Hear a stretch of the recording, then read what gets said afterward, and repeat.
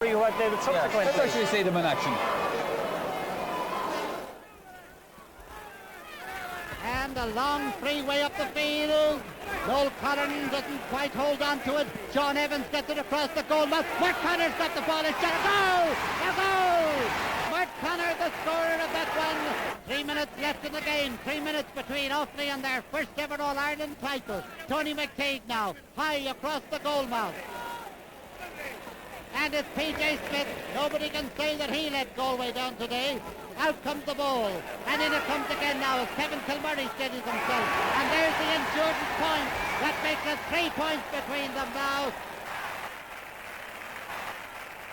Paddy Fanning with it now. In towards the goal mouth. A high one, a lovely ball into the goal. It's a goal! Oh, yes, yes, yes! It's a goal! It's a goal! Willie Bryan, who certainly has taken over in midfield, getting the ball in. O'Donoghue gone backwards for Kerry, lifting the ball up now, an intended pass to Mick O'Shea, goes to Tony McTeague for Offaly, a high one, and it's over the bar. Accordia at this stage of the afternoon, Commonwealth Glasgow and the Irish Nationwide Building Society wish to honour the Offaly team that won the All-Ireland Championship in 1971 and retained it in 72.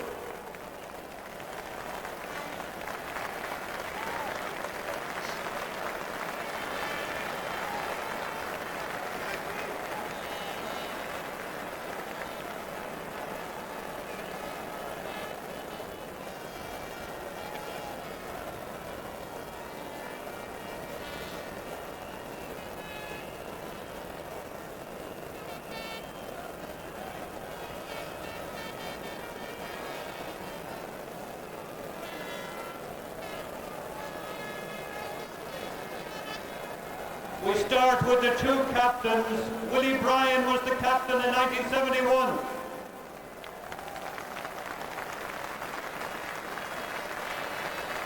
Tony McTeague led the team in 72. Yes, he'll be remembered, of course, as the great free taker as well. Martin Furlong, the goalkeeper, has come back from New York today. You'll remember his terrific shot stopping. Nick Ryan was right full-back. Paddy McCormack, the full-back. The Iron Man himself. Nick O'Rourke was at left full-back. Eugene Mulligan, right half-back. Terrific right half-back. Father Nicholas Clavin, the centre half-back, has travelled home from San Diego for this occasion. It has changed very, very little. Martin Healy, the left half-back.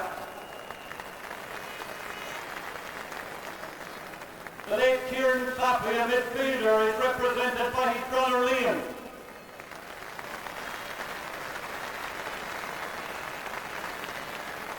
Johnny Cooney was right half-forward.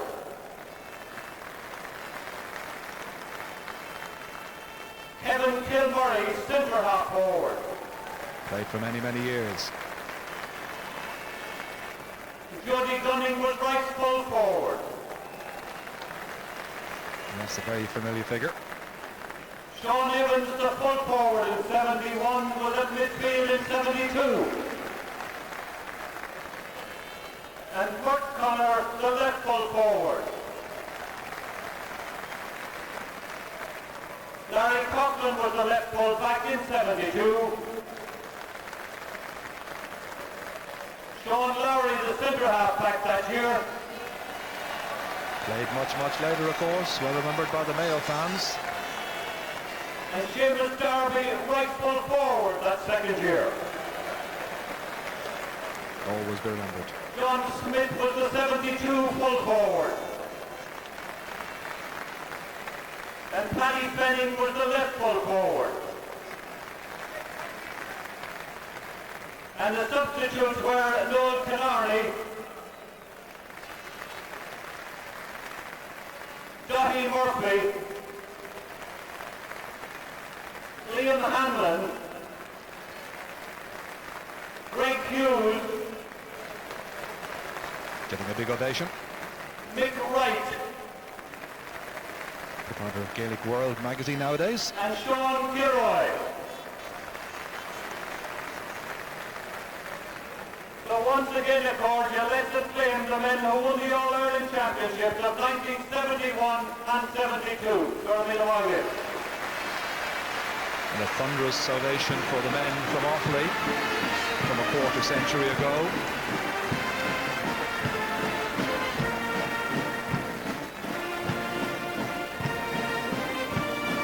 Significantly, the breeze beginning to whip up a little bit at this stage in the day, with still, 25 minutes to go to the throw-in for the senior match, and it's blowing down the field, down into Hill 16 and the Nally stand. It used to be known as the railway goal.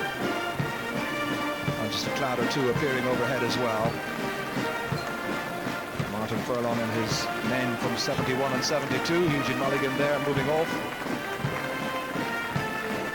Remembered with great fondness.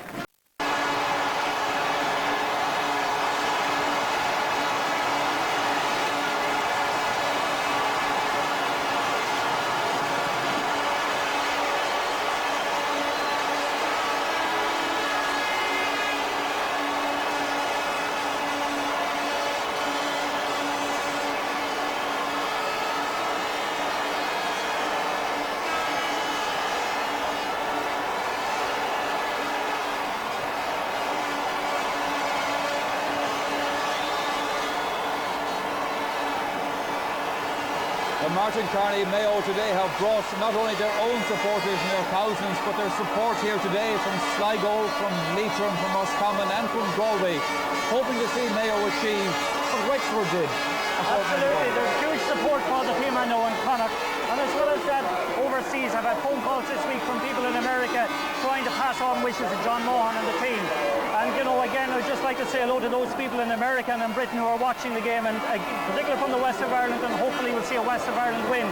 But just going back to Martin's point there a couple of minutes ago about Meath, the Meath team have 5 under-21s, current under-21s on their team. They have a very, very, very good midfield pairing. And quite honestly, I think they deservedly are favourites for today's game. It will take a mighty performance from Mayo to beat them. And I think just because I'm from Mayo and kind of more or less giving a Mayo viewpoint, I'm not trying at the same time to go and dismiss Meath's position in this game. Yes. And I honestly believe they're in there possibly as favourites. And it's going to take a repeat of Mayo's game in the semi-final to guarantee a result for the West of Ireland today. In the toss down at the centre of the field with the rival captains. Let's just go over briefly to our match commentator, Ger Canning. Thank you very much indeed, Michael. So let's see who's going to win the toss. Tommy Dowd's won it. Seems to be opting to play against the wind in the first half.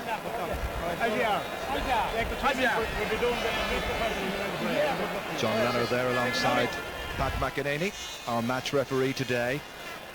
So it will be Liam McHale's team who will have the aid of the wind in the first half.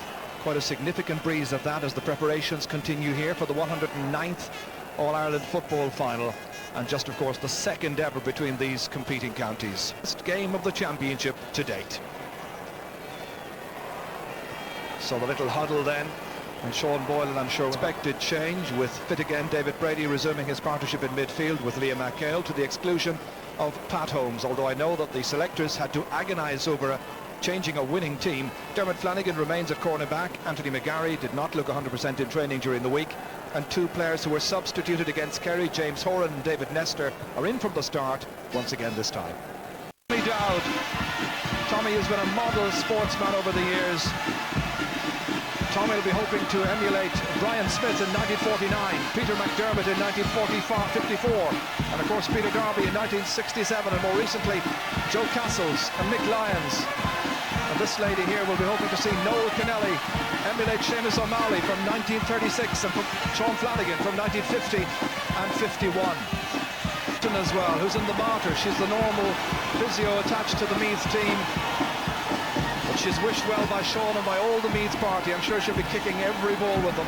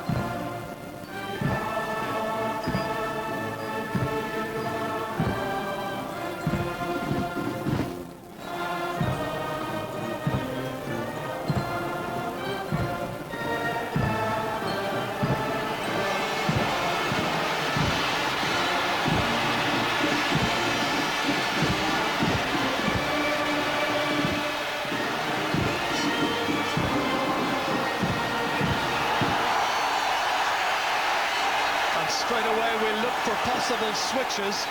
A switch on the Mayo half-forward line. James Horan and Maurice Sheridan have switched wings. For just a moment there, Graham Geraghty was going in top of the left, but now he's gone back out to his accustomed left half-forward position. Kenneth Mortimer and Dermot Flanagan have also switched corners. That with a view to a specialised marking job. And it's Kenneth Mortimer who's picking up Evan Kelly, and Barry Callahan been marked by Dermot Flanagan.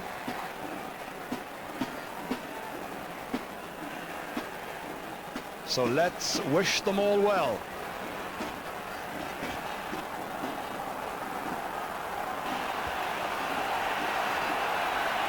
Pat McEnany with the task of handling the 1996 All-Ireland football final, sponsored now of course by the Bank of Ireland, just making sure that everything is right. Pat will have spoken to both teams. And already a little bit of elbowing and jostling there with John McDermott and Liam McHale.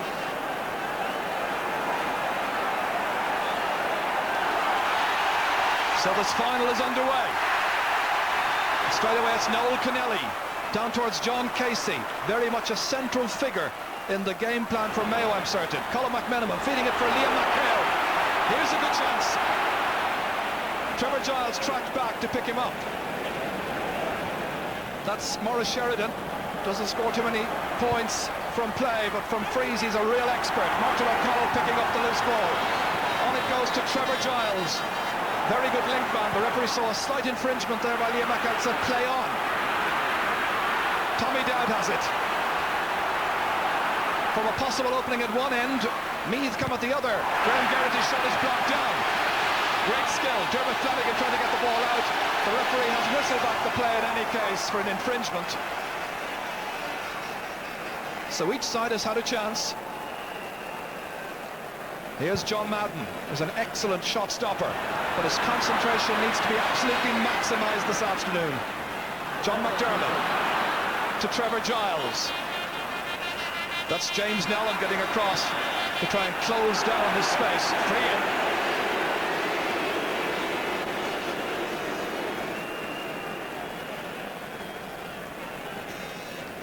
Light breeze now into the face of Trevor Giles, the man who plays at centre half back for UCD.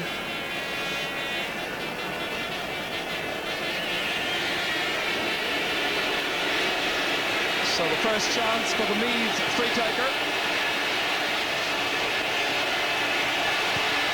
Still under 2 minutes gone in the first half, and that's gone wide.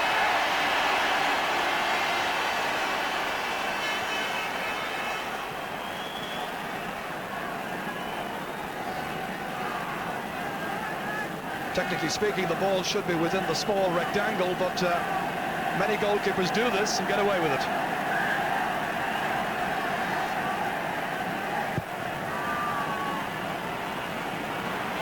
Broken down by Jimmy McGuinness. Colin Coyle raiding. Good fisted pass ahead for Tommy Dowd, the team captain, tracked by the other captain, Noel Kennelly. Back to McGuinness. Poor effort by McGuinness, but he gets a 45. It went off Colin McMenamin, who's already started to roam all over the field.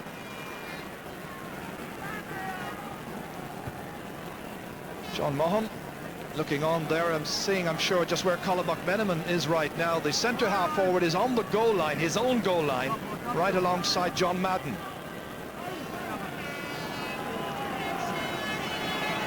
Brendan Riley coming out to take this. He takes very few of the frees. He used to take a fair few more when he was playing right half back.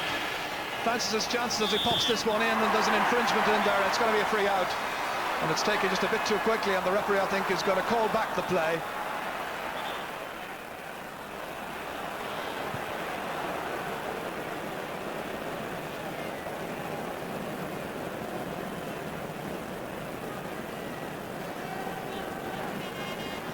Pat Holmes was calling for a short ball there, but John Madden said, leave it to me. I've got a better view of the overall picture here. It's pumped to midfield, where Meath can be so dominant. The loose ball picked up by Colin McMenamin. Already beginning to exert something of an influence. That's the man who should be marking him. Enda McManus, he stayed back, rooted to his centre-half back position. Dermot Flanagan put into some trouble over there. Going down to Ben for that one. The boots came in, and that's going to be a free out. His father, Sean, of course, wore the number 4 jersey for Mayo as well in 1950 and 51. It's a long time since they've won the All-Ireland, 45 years. Frank Davey in there to attend to the injured Dermot Flanagan, and Frank, I know, wants to say hello as we watch this foul once again there. Once he bends the back and once the boot went in there, technically that is outlawed. But Frank Davey, the doctor attending there, wants to say hello to his son and daughter who are in the States right now and watching this match.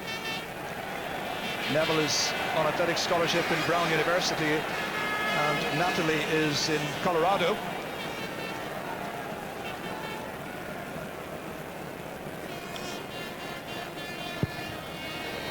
Low kick to the middle of the field. Fortunate for Mayo. James Nallen was there anticipating.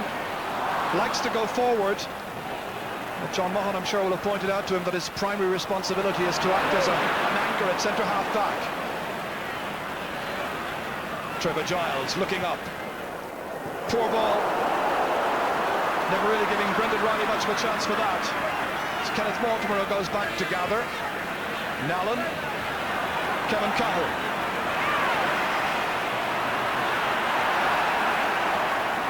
And then they run into a cul-de-sac.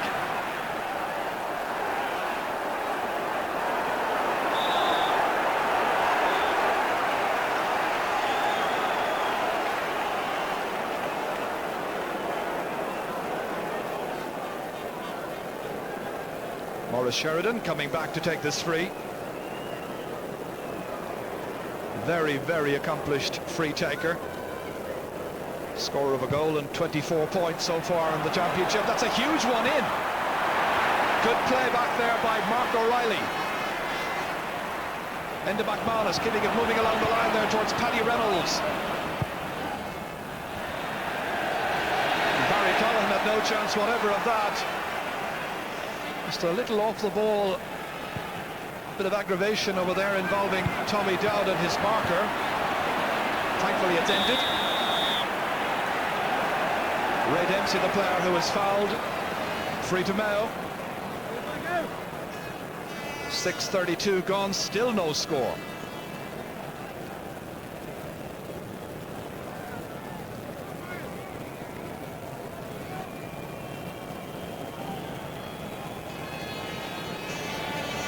So Maurice Sheridan from Bow to take this one. It's a difficult kick for a right-footed kicker. It really would suit somebody more accomplished with their left boot. The wind is with him.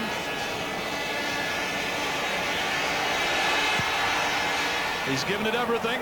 Drops it in deep. Fist rising up for it. Out to James Horan. And Horan has put that ball over the bar.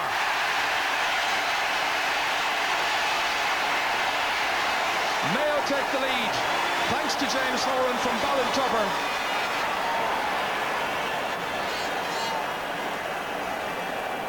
Well, it was Maurice Sheridan who pumped in this one. The fists were rising up for it. Watch for the positioning of James Horan at the end of all of this. There he was, quite unmarked. And he made the most of the chance.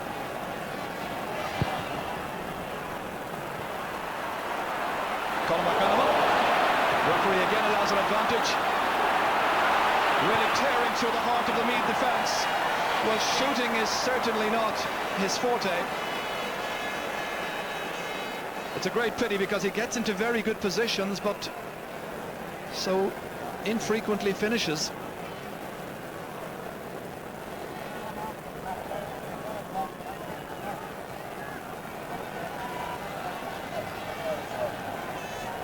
It's Conor Martin from Ballivor, and sensibly wearing the baseball cap because there's a fairly strong sun right now into his eyes.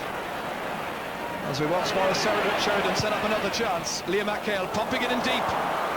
Nobody in there.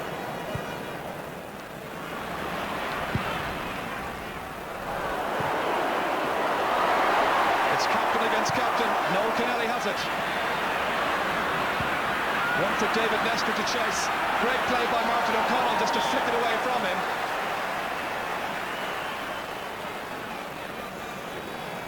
Mayo will have seen the threat posed by David Nestor and John Casey in the semi-final, so they've been marked very, very tightly.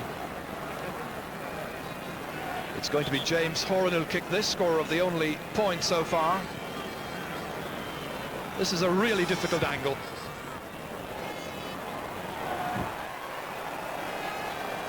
Just to the left. So two wides for Mayo, who are trying to make the most of the wind at their backs for the first 35 minutes here.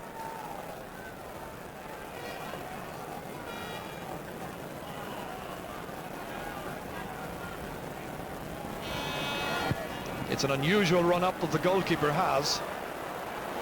McHale gathers in midfield. He's got support, Colm McMenamin. Another chance for falling for Colm. And this time he's done much better. So a second point for Mayo. Two of their scores coming from the half-forward line. Well, that will give him and the fans there, I think, a great deal of encouragement. Perhaps now he'll feel that it's his day to go forward, and in this spell when they are so dominant, to take those chances.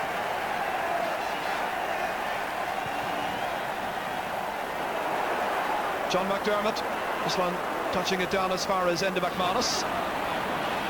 McDermott again. Will we see the big performance from McDermott and McGuinness in midfield? Broken down here towards Evan Kelly. Strong challenges coming in. It's Noel Kennelly who has it, then Dermot Flanagan, and Colm McMenamin once again. A couple of Meath players there, and David Nestor did really well. He was 1 against 4. Just a little bit of uncertainty by Meath. Again, it's Liam McHale showing that he can take the heavy challenges. Perfectly fairly executed challenges by Meath, by the way. Good, strong shoulders. Paddy Reynolds.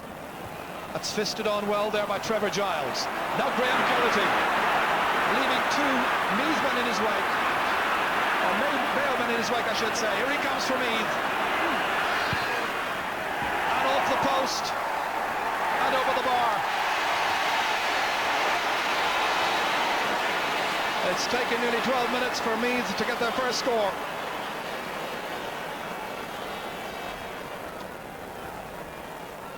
It was the swift movement by Graham Geraghty here. Pat Holmes was in there challenging, but he got the chance, got the opportunity, and made the most of it off the post.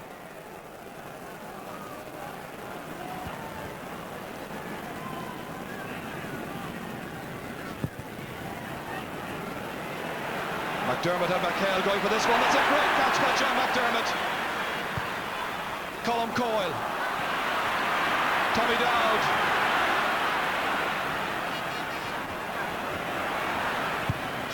Strong, forceful approach by Meath, as you expect. Going in for every ball as though their lives depend upon it. This is Paddy Reynolds. Now Evan Kelly, substituted in the last match. He'll want to do really well here this afternoon. Paddy Reynolds surrounded by Mayo players. Slow, measured approach. And a kick at the end, which just goes to the left off the boot of Graham Geraghty. Second wide now for Meath.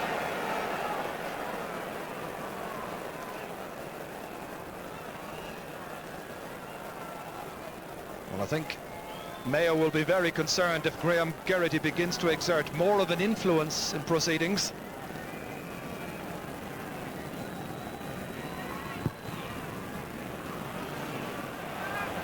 David Brady trying to break it down for James Nellum. Jimmy McGuinness, challenged by Brady. McManus.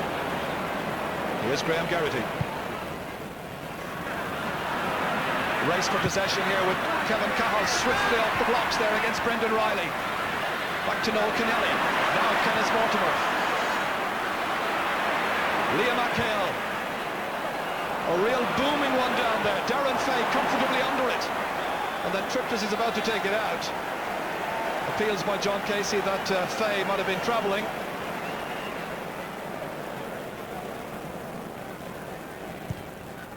It's so important for Mayo that they get John Casey into this match as swiftly as possible.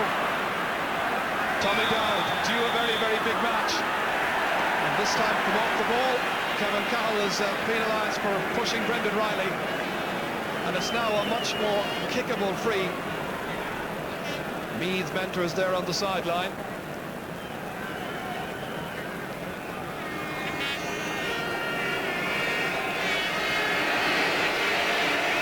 Trevor Giles having this glorious opportunity to level the match. Making no mistake. His first point from a free, and it's 2 points to 2 points.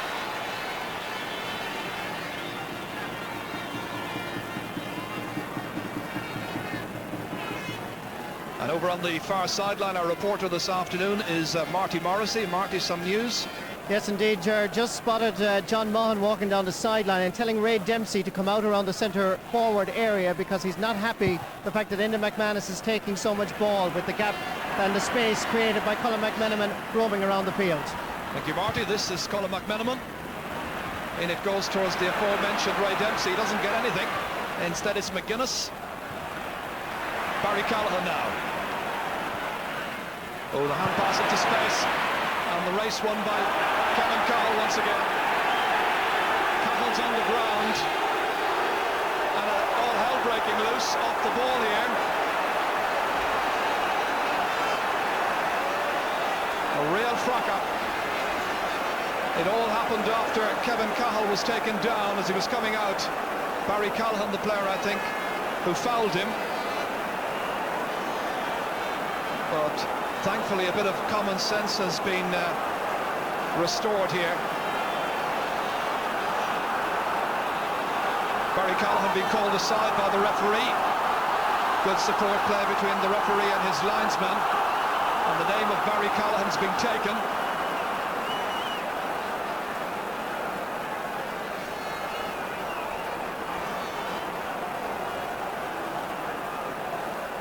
I think the referee is laying down the law here and saying this is completely out. Well, this is what happened afterwards, but it was Barry Callahan there, I think, who may have initially got involved with Kevin Cahill. We didn't quite see that happening there.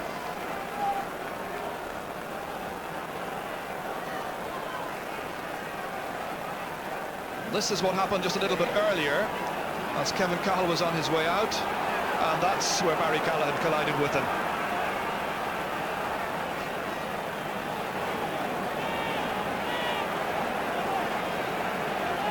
It's going to be Liam McHale who'll take this free. Quite a bit of movement off the ball. David Nestor making a run across to the right-hand side. Here he is, picked out well by Liam McHale, attracting two Meath players to him. So 17 minutes gone in the first half, and all square in a very low-scoring All-Ireland football final. The pressure game now being demonstrated by Mayo. This is good play. Ray Dempsey coming into the breach here, and he's won the free in. And here's the chance where Mayo can go back in front again. That was good, strong, forceful play by Ray Dempsey. It gives Maurice Sheridan the chance to make it 3 points to 2. And you can see the height and the strength there of Ray Dempsey against Mark O'Reilly. Meath appeared to be a quicker team, but certainly Mayo are strong, they're tall.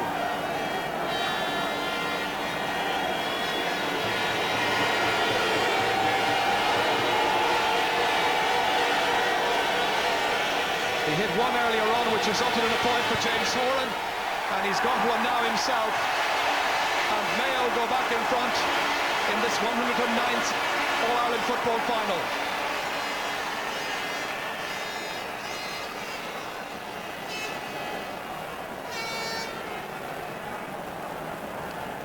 And once again, some news from the sideline, Marty.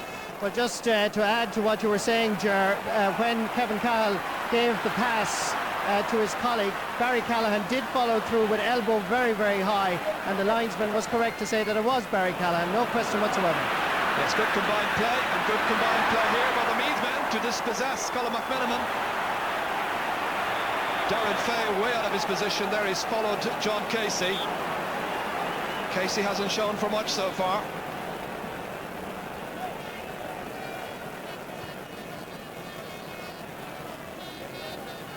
It's going to be Darren Fay who kicks it as far as Enda McManus. And here's the full back. Deep into space, McMenamin is back there with Kenneth Mortimer. They break it down, but between them they've conceded the sideline ball to Meath. How to utilise that number 11, well, that's the key perhaps to getting the measure of Meath this afternoon. Dermot Flanagan. Jimmy McGuinness was up there. Strong player. Graham Geraghty. Pat Holmes is his marker, he's left it behind. I think he thought himself he was taking too many steps out of it anyway. Good play by Mayo, just to close him down, and the boot went out at the end of all of that. And Graham Geraghty also has the name taken. Well, just an element of frustration there, creeping into the game of Graham Geraghty. No doubt about the decisiveness of the refereeing this afternoon. This is where Graham Geraghty was between two minds, it seemed. Having lost it there, he booted out on James Nallen. Mayo taking the quick free to the unmarked Pat Holmes. Deep into space. Well won back. Enda McManus. Poor ball for Evan Kelly, and it's Kenneth Mortimer. Nicely on as far as James Horan, who started the scoring, of course. This looks good. It's over the bar. That's a second point for James Horan. Player who scored that wonder goal in the semi-final against Kerry. And Mayo lead by 4 points to 2.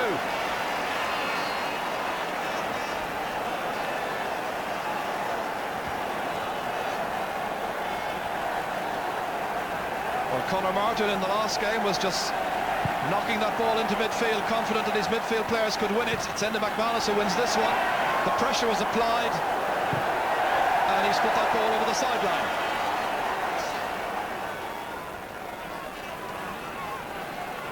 So far, Meath have not been able to produce the kind of devastating performance that they put in here in the semi-final.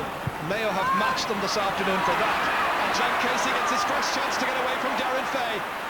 Trying to set up something here for Maurice Sheridan, blocked down well. In it goes again towards James Horan. Here's a scoring chance for Horan, and he's made the most of all his opportunities. A third point for the number 10. Yes, they're jumping for joy in the Hogan stand and everywhere else as well where there's a Mayo fan. 5 points to 2 they lead. This was it again. It was John Casey this time, not the scorer but the provider. The ball came back there, which was won well by a very determined James Horan and his colleagues.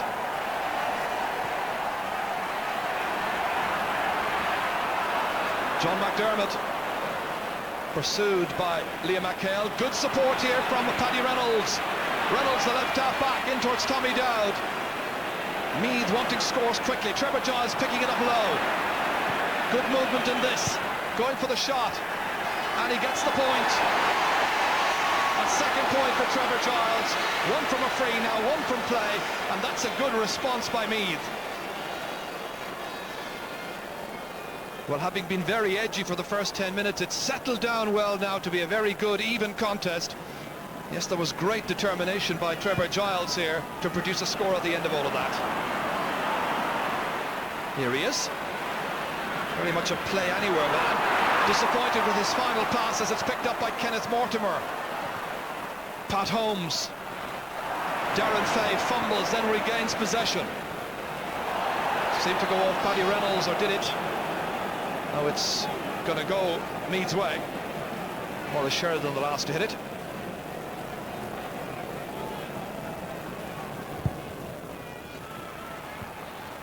Fisted by Graham Geraghty. Taken here by Barry Callahan. Good support play as always. Trevor Giles cross towards Brendan Riley. Quick adjustment of position there by Colin Coyle. Well, he's attempting to show his marker what he can do, but not with that kind of shot. Very poor effort by Colm Coyle, whose man James Horan has scored 3 points so far.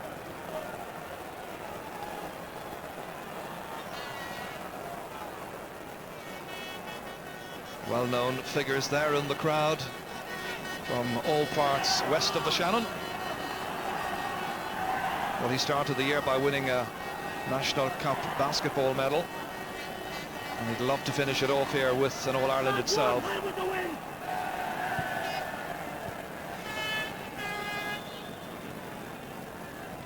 Just a little problem with the ball, so we've had a substitute ball thrown in for John Madden to kick. John from Ballycastle in County Mayo.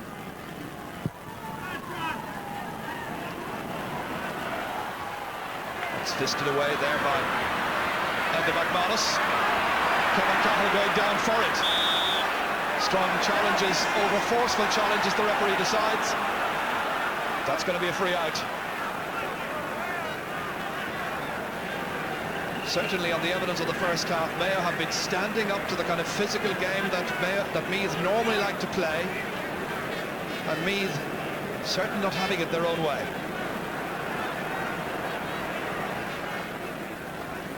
Noel Kennelly repositions the ball here for John Madden to kick. Gets really good distance into it. On for John Casey. Again he gets away.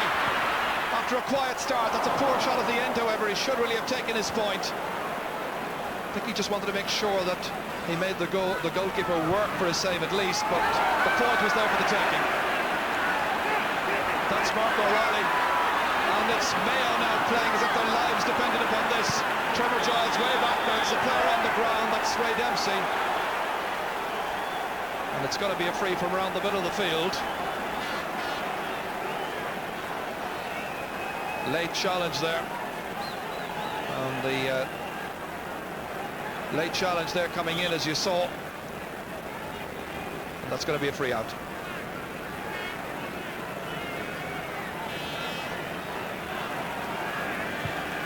Graham Geraghty takes it.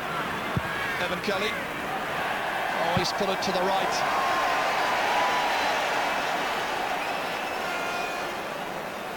Useful chance has been missed now at either end.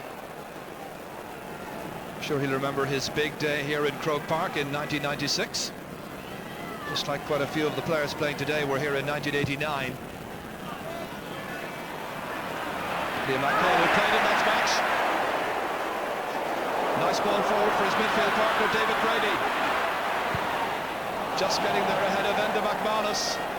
And Enda collided with him just as that ball was being kicked. The referee was quite alongside it, saw the incident.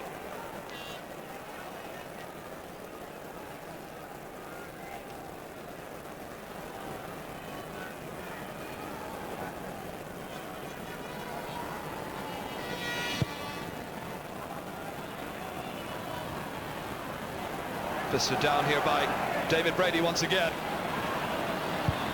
Colin McMenamin dropping it in dangerously.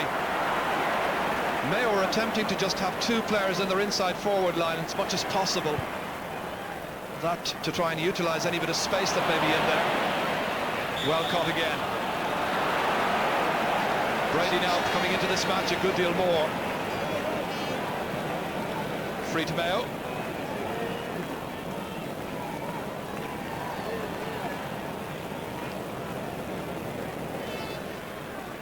That's the face of Maurice Sheridan. Just inside the 65-metre line. Win behind him. Great kick. But just going to the left.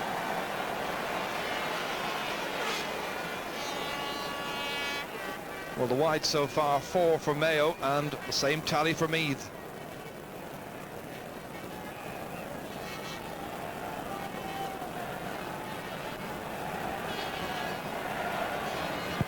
It's a real cat and mouse type of final here. Mayo doing well around midfield where we expected Meath to have a bigger influence. That's a nice ball. But it's Pat Holmes who takes it away there from the attentions of Graham Geraghty. Knocked on by Maurice Sheridan and Colin McMenamin. I'm sure the management have told him that when they are as dominant as they are right now, the place to be is in among the forwards and not back helping your half-back line.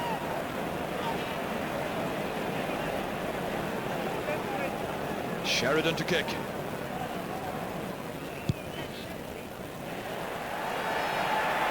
Very, very good shot.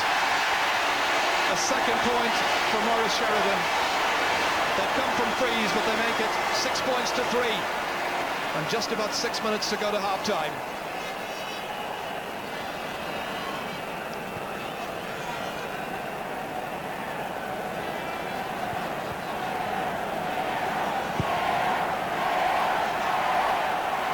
And the Mayo fans are in full voice right now as Graham Geraghty tries to get onto this one.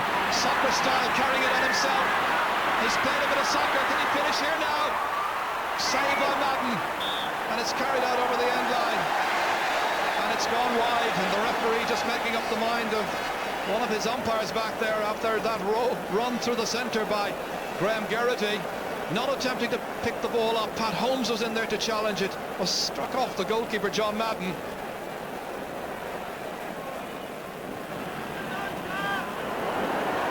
Broken down by Trevor Giles. Dermot Flanagan now. James Nellen next. Taken down by David Brady.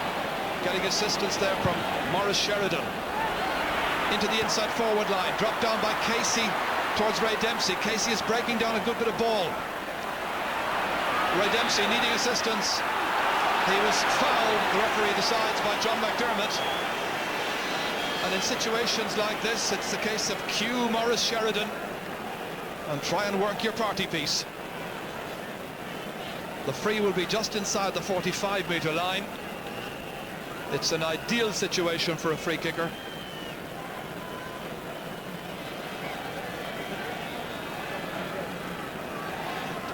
Off the shot here. Bottles of water being thrown in from the sideline for some of the Mayo players.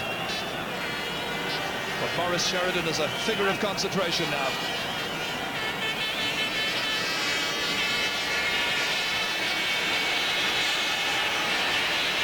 Two points from frees so far, out of 3.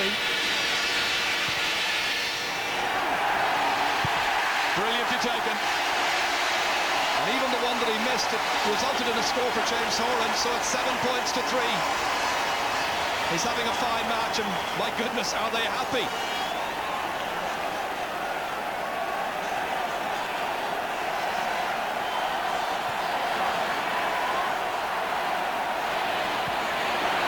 It's very determined play by these Mayo men.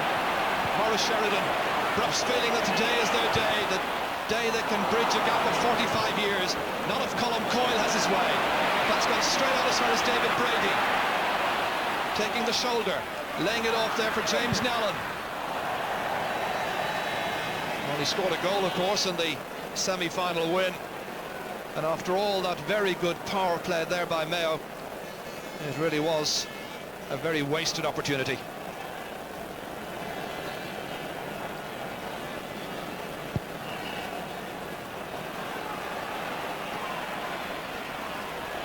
Then to McManus. Trevor Giles, look how far back he's having to play, just to try and get some decent ball out of midfield and try and set up their forwards. No doubt about it, Mayo have had the better of the first half, aided by the breeze. They've matched Meath in terms of the physical dimension of this game.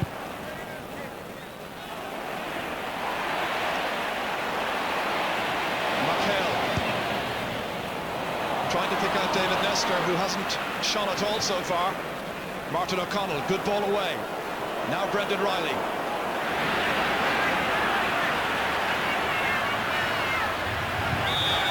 In the end, the referee says you took too many steps out of it. So the plaudits will be for Kevin Cahill, the full-back, who was marking Brendan Riley.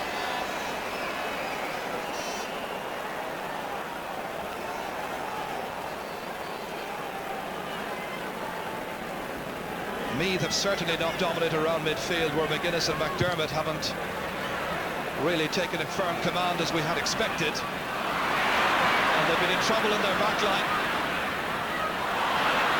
Brady. Back to McMenamin. Nallen. The fans, I think, wanting that long ball inside, but it's 2 against 1 against David Nestor. It was a poor choice of pass in the end. Meath get it back and a chance to set up an attack of their own. I'm sure the Mayo inside forward line would be saying to their outfield players, give us quality ball and we can do something with it. It's Graham Geraghty who's taken down.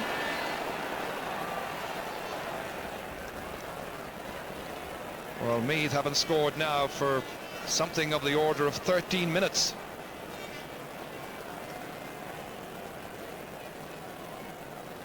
A free from the edge of the exclusion zone, as we can term it now.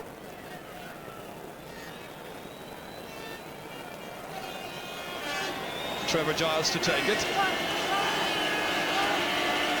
And they've depended on Trevor Giles and Graham Geraghty for their very few scores in this first half. Sean Boylan will have a lot to say to them at half-time.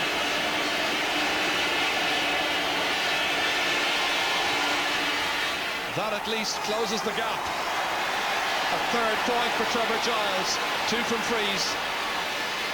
Just 3 points the margin. So little in a game of football. But you expect Meath to come out in the second half and play with fire in the bellies and so on. That's been largely missing in the first half. A well-organised Mayo team has matched them in most departments. Liam McHale again setting up the chances here. Casey the one who's after that one. Colin McMenamin there to assist. Dropped in towards Ray Dempsey. Nestor's in after it as well, but the cool head of Martin O'Connell back there to help the youngsters. Free taken quickly. McDermott. Good ball outside to Paddy Reynolds. He's made a lot of ground. Tommy Dowd started so well. 2 Mayo players combined to dispossess him, but the loose ball picked up here by Brendan Riley. And really a nothing ball at the end, causing few problems to John Madden. And the referee with Maurice Sheridan on the ground over there seemed to blow the whistle for half-time. It ends with the Mayo player being escorted off by the team doctor after a first half where Mayo certainly had the better of things. They had the breeze at their backs as well. It was low scoring for a fair while, then Meath came back, but a good last 20 minutes by Mayo sees them going in at half-time with a comfortable lead here in the 1996 All-Ireland football final. It's Mayo 7 points, Meath 4. Thank you, Ger. Peter Ford, Mayo selector, you're leading at half-time by 3 points. That is quite an accomplishment. Yeah, we're quite happy to be 3 points up, but it's a very tight game. There's no flow in football. It's dogged. But still, we're happy to be 3 points up. We like the quality of ball we're putting in is bad. It's too high. So we were trying to do something about that at half-time, but we're glad to be ahead. No team really dominated, but we're still the 3 points ahead. It's good. Well, your defence has done well, but the type of ball that's going in will surely improve in the second half when you'll be playing against the breeze. Hopefully, yeah. We can't be putting high ball into David Nestor, John Casey. They don't want that. As you see, our defence has been excellent. Our tackling and our blocking has been great. So all in all, we're happy, but we have to improve the ball we're putting in. Well, are you confident you're going to bring home Sam to the West? It's looking good, Marty. It's looking good. Thank you very much, Peter Ford. Thank you. Well, 3 points down. We have probably whatever advantage in the breeze for the second half. So it's a matter of just keeping working, work hard, and hopefully the reward will be there at the end. Thank you very much, Tim. Yes, I'm sure the reward will be there for the taking, all right. The 2 teams were out just a little bit at the start of this second half. And straight away, it's Liam McHale once again winning the free. Colin McMenamin going down to try and pick that one up was John Casey. Fouled as he was doing so. He's also sustained a little injury. And that in front of an attendance this afternoon, confirmed at 65,800. And this is where that ball was pushed through as John Casey was going down to try and take that one. For the players who know the rule book, I think it's 5:13 it says in the rule that you can't do that. Mind you, I've met some players recently who told me they committed quite a few 5-13s in their day and never heard of it. It's always an order that you give to somebody in a Chinese takeaway. Casey's okay.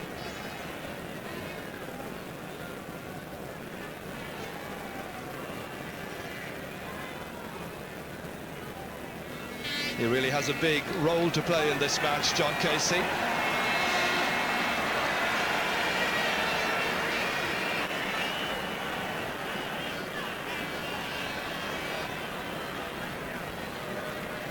So Maurice Sheridan to hit this one.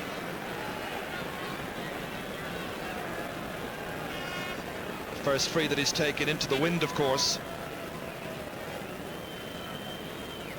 3 from 4 so far.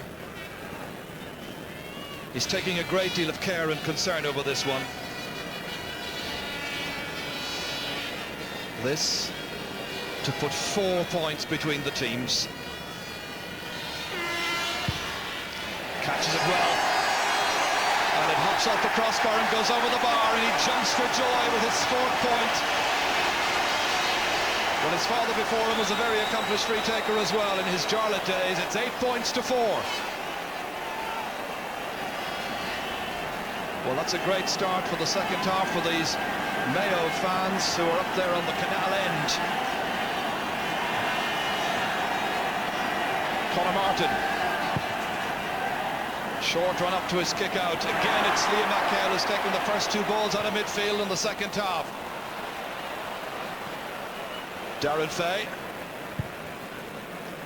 Both full-backs here have had excellent seasons. That one's gone all the way through the centre. Kenneth Mortimer's back there. Dermot Flanagan looking on. Linking up with John Madden. Here's McMenamin. Oh, he's gifted it there to John McDermott. Tommy Dowd. Well, they're trying to play into very tight spaces here, and each and every one of those spaces is guarded by a Mayo defender. Graham Geraghty has it. A little below his best this afternoon so far.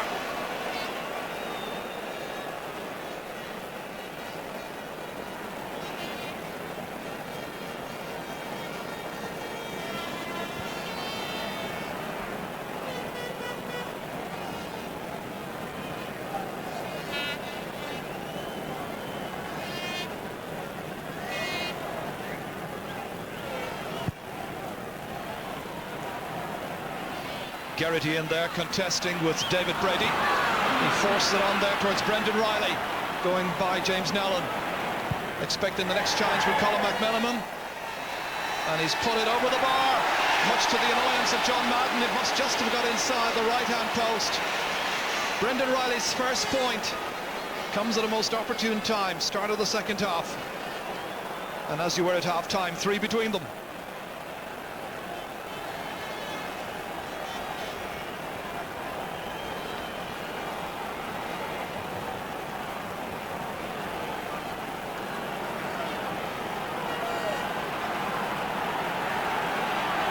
It's far from the classic that people would have expected or hoped for, but if you win it, you don't care what kind of match it's been.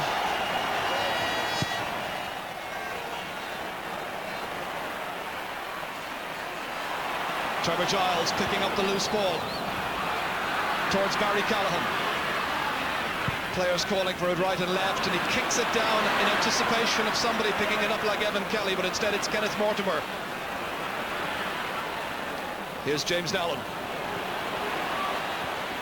Colin McMenamin. He boots it into space. Nestor races across after it. And Martin O'Connell is there for company. It's a Meath line ball. Kevin Walsh, the official from Clare, just wanting Martin O'Connell back a metre or so.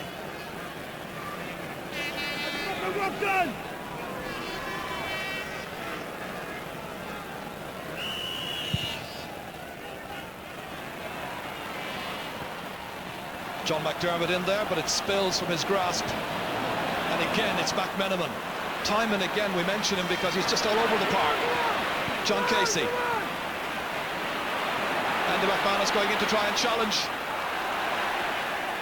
They appeal all around and it's gone for a 45. It was Enda McManus who was reaching out that time to try and deny Mayo's number 14. So as usual, Maurice Sheridan makes his way down onto the 45-metre line.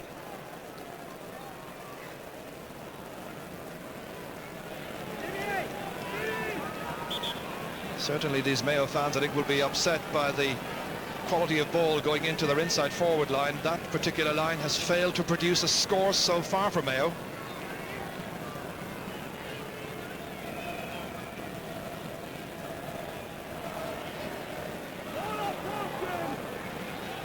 Well, we've seen Maurice Sheridan from closer range. The distance is 45 metres, at least it suits a right-footed kicker. And then he kicks it away to the right, and John McDermott, the midfielder for Meath, is back there to collect. Beating the would-be challenge of David Nestor. But he kicks it straight as far as James Nellen. The counter-attack here by Mayo. James Horan looking for support, getting it from Liam McHale. Setting it up there for Noel Kennelly. And he has blazed it away to the right from a very useful opening. It was good pressure play by Mayo, and it should have yielded something.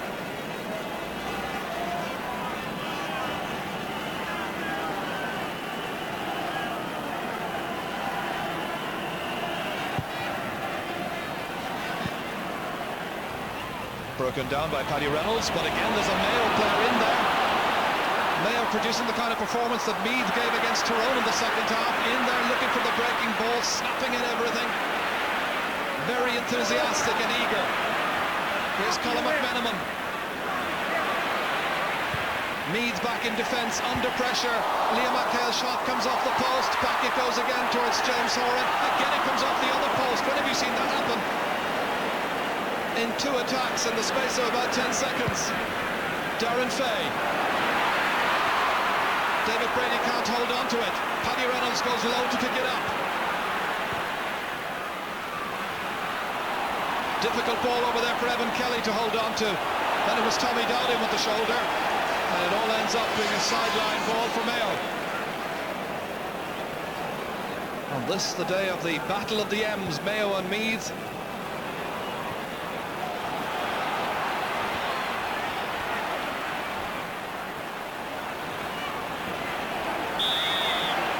Evan Kelly, the guilty party, against Kevin Cahill.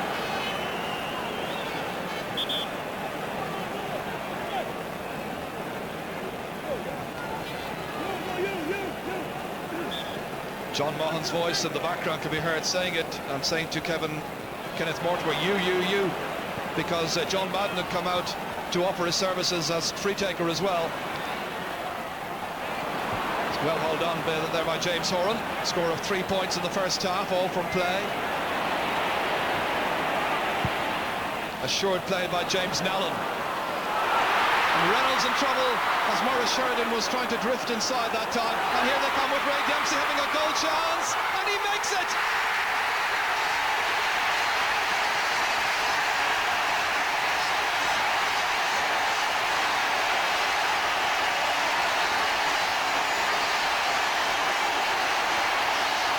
Meath's defence was all over the place. It's 1-8 to 5 points. Mayo, are they about to steal a march on Meath? Early stages of the second half. This is how it came about again. Paddy Reynolds really all over the place. Reynolds and Dempsey toe poked it to the corner. He thought about picking it up, decided to leave it on the ground and played it wide of Conor Martin, the opening goal of the All-Ireland final. A goal after about 9.5 minutes of the second half, and Meath are preparing Colin Brady across on the far side of the field. Remember, he came in for Evan Kelly in the semi-final. There he is alongside his team manager Sean Boylan in his 14th season in charge of Meath. Now they're in a crisis situation. Liam McHale takes it from the skies. Noel Kennelly doesn't quite link up with David Nestor because the ever-vigilant Martin O'Connell is back there. but it's McHale again out of midfield to Colin McMenamin. John Casey has it. Winning good ball there ahead of Colm Coyle, back to McMenamin. A number of players are available for it. He pumps it in, but there's nobody in there to challenge Conor Martin. Well, Meath now find themselves really under pressure. Mayo ahead by 6 points, and it's a question now of their mental approach here as much as anything else. They've prepared for just about everything, I know, in Mayo, but have they prepared for being 6 points up and only 12 minutes gone in the second half? News from the sideline from Marty. Yes, indeed, Ger. Well, Colin Brady is coming on for Meath, but also the Mayo selectors, John Maughan, Peter Ford, Tommy O'Malley, had a recent powwow along the sideline, and PJ Loftus is going to be introduced to the full forward line. He looked very sharp in training. I saw him during the week in Mayo. So PJ Loftus may be the one who gets the nod. Remember, they have players like Anthony Finnerty available also, and Kevin O'Neill, who's been playing well in training. Maurice Sheridan to hit this. This stage now, it's a case of really trying to wipe Meath out of sight if they can, even at this early stage of the second half. Great catch there by John McDermott.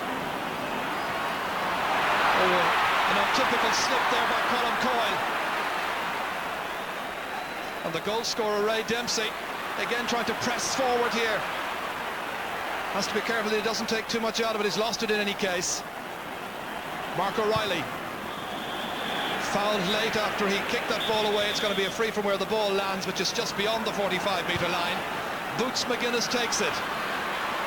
Broken down by Tommy Dowd, who seems to have moved in towards the full forward position. The out ball there as far as Paddy Reynolds. Held back in there somehow by Tommy Dowd, and it's won back by David Brady from Mayo, up to James Horan.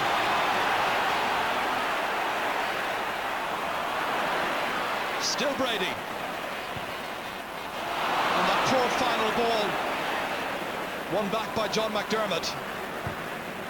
Martin O'Connell lobbing it all the way down as far as Tommy Dowd, who indeed has gone into full forward. Bad ball back by Barry Callahan, a bit of work to do for Graham Geraghty.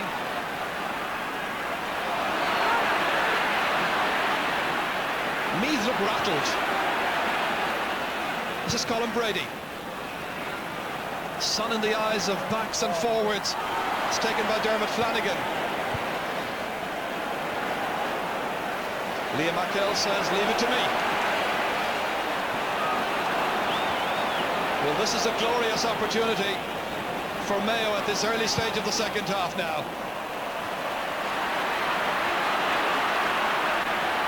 Meath really in disarray, and David Nestor trying to penetrate here, supported by Ray Dempsey. Dempsey, who scored after 9.5 minutes, has really set up Mayo for the second half. You feel it's almost in their own hands, and the hot deceiving Pat Holmes there. That's Graham Geraghty. McHale in there to challenge. It runs on towards Trevor Giles. Meath needing a score, and he provides it. A 4th point for Trevor Giles. Well, when you consider that all that started by a player being deceived by the bounce of the ball, and Giles was in there to finish.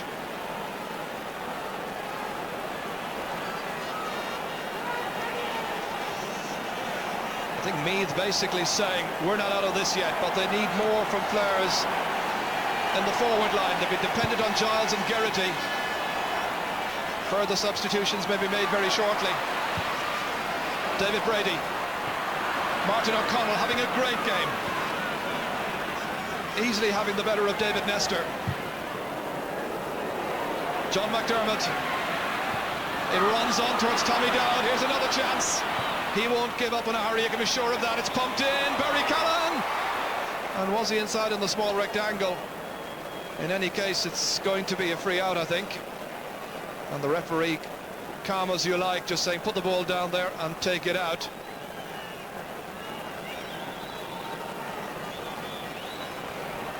Referee now waiting for the substitution to happen, and that's, as we heard earlier on, PJ Loftus coming in with a little slip of paper. Now, who is he going to replace? All the other forward players having a certain anxious look about them. Nobody wanting to say it's me. But the me in this particular instance is David Nestor.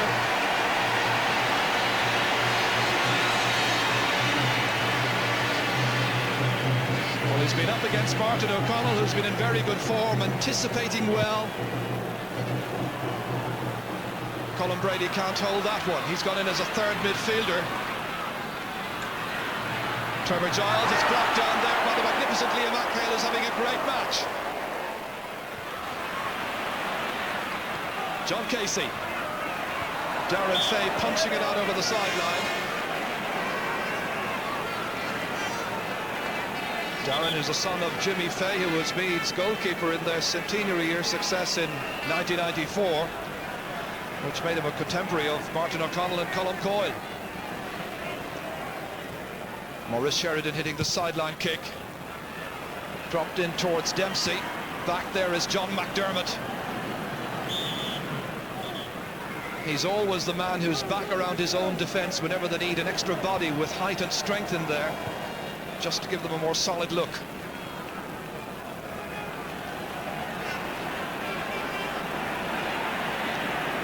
Colm Coyle picking out the aforementioned John McDermott. Now Mark O'Reilly, and John McDermott seemed to knock a Mayo player down that time off the ball as play continues, and we're watching Brendan Riley hit this one, and it goes over the bar, and Meath begin to eat into this Mayo lead. Brendan Riley's second point. The jeering that you can hear around the ground is for an injury to Ray Dempsey. I think he was knocked over by John McDermott. It was an off-the-ball incident.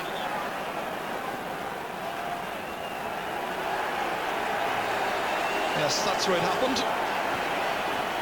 The ref didn't see it, but his linesman perhaps did, and he's been checking with his linesman, and the referee now having a word with John McDermott. But there was no booking.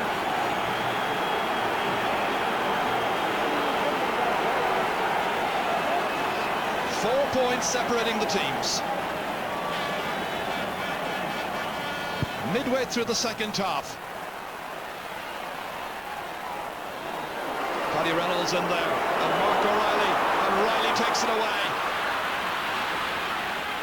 The 19-year-old looking for assistance, and he was being held back, and he wins the free in. And further opportunities for Trevor Giles. Without playing all that terribly well. Meath are very much in the hunt for glory here. And really Mayo have failed to put them out of sight, as it were, in a competitive sense.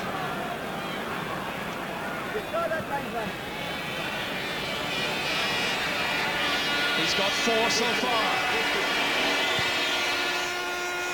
A very assured striker of the ball. He gets his 5th point. And now there's just a goal between the teams. That Ray Dempsey goal separating the sides.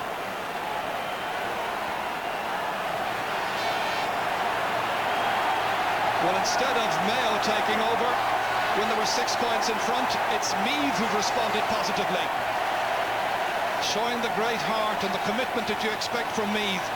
And if it's as tight as this with 5 minutes to go, it'll really go either way.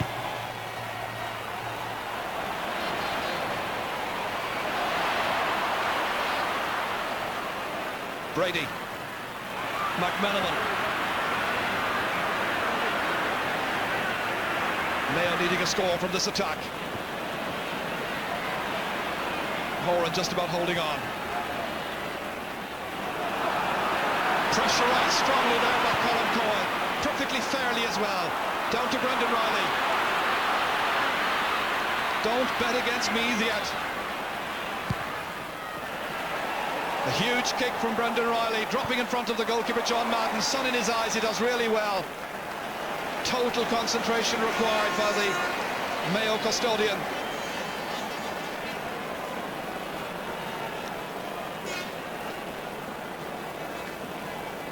Certainly from experience we can all recall that Meath are a bit like the Offaly hurlers. If there's only 5 minutes left in it, well, they're in there with as good a chance as the opposition.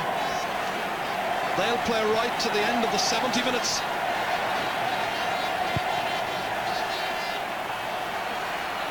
Who can win it at midfield? Broken ball won by Colin McMiniman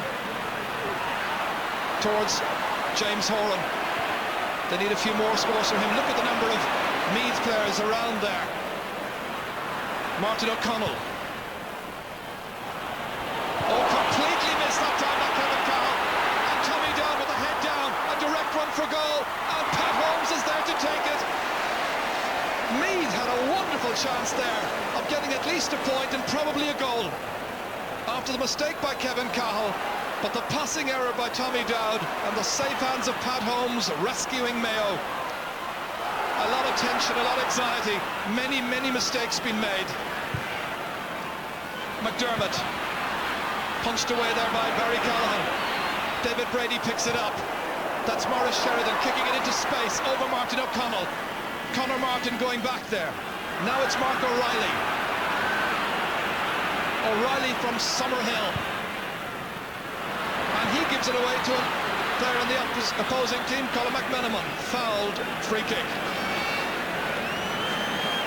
And really, you just look at the crowd here and you can sense the tension on a very warm afternoon as Jody Devine comes in to perhaps give them some inspiration in place of, well, who's the man who's going off? It may be, we haven't quite seen yet who's gone off. Looked like Barry Callahan at one stage. And Jimmy McGuinness is the one who's making way. So presumably Meath will go back to two men in midfield, McDermott and Colin Brady.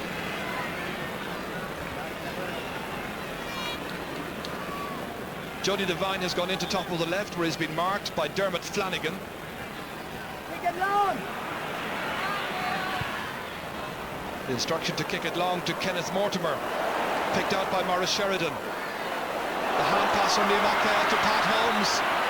Mayo still 3 points in front. Great run by Pat Holmes. Nicely on here. And that ball's kicked high and it's kicked over the bar by the substitute PJ Loftus. First attack, first point he's been involved in, and he scores it. They'll look for more like that from the man that they hope will prove a wonder sub. And it's 1-9 to 8 points. I make it 11 minutes to go. And Anthony Finnerty is also in the action, and John Casey's being replaced. Didn't have a good game. Very tightly marked by Darren Fay. So Anthony, known as Larry Finnerty, in his second All-Ireland final. You remember 89, you remember the goal he scored, and if you're a Mayo fan you might also remember the goal that didn't go in. Noel Kennelly. Again, it's PJ Loftus. Good challenge there by Darren Fay. And there's a Mayo player down on the ground over there. Seems to be Ray Dempsey who's down once again, having taken a knock. Water.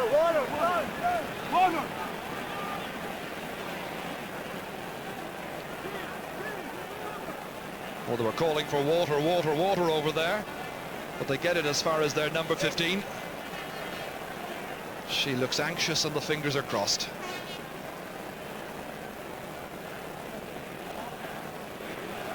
Marty, have you got some further news for us? Yes, indeed, Ger. Just to tell you that Kevin O'Neill from Knockmore, who hasn't really figured on the field of play for Mayo so far this season, could well be the next Mayo substitute. As well as that, Meath are again thinking about introducing a new man. It's going to be Donald Curtis from Rathkenny. Well, of course, it's a stage of the match when your substitutes can be so vital. They can turn a game. We've already seen PJ Loftus score a point. Dempsey's okay.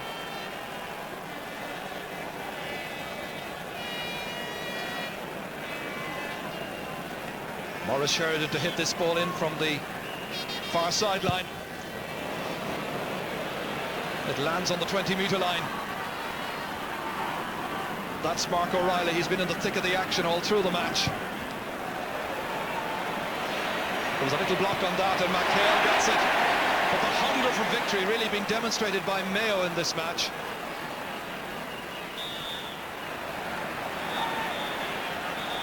Meath had been well below their best. And that attributes, in a way, to the pressure game exerted by Mayo. But here they come now.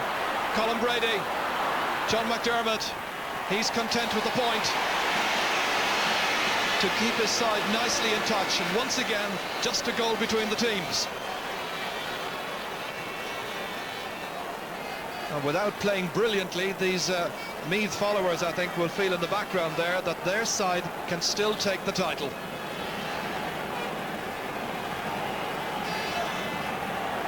Well, he's been largely dependent on Trevor Giles and his 5 points so far. Brendan Riley scored 2, Graham Geraghty just 1 point, and that last point scored by John McDermott. In a fairly low-scoring All-Ireland semi-final, it's Colin Brady who fists it defiantly back towards the Mayo backline, and the boot going in there from Dermot Flanagan. That old rule again. Yet another free kick. Jody Devine there carrying out the running repairs. This is a very important free coming up, as Dermot Flanagan has had the name taken. This is where he was going in there on McDermott.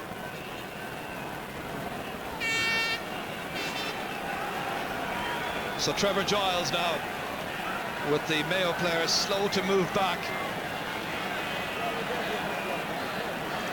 There'll be just 2 between them if they can put this one over. So it takes on great importance.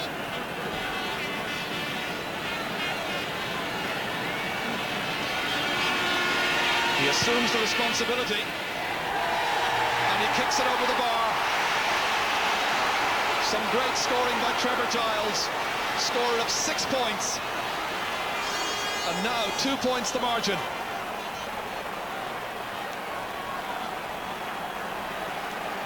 And this is the change that was mentioned a little while ago. Donald Curtis from Rathkenny coming in,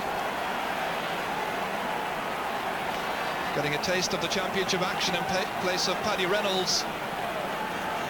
And Sean Boylan going across quickly to say, well done, Paddy. It's been a big week for Sean Boylan and his family, of course. Wife Tina gave birth to a 3rd child, Dara, during the week. Our congratulations to Sean.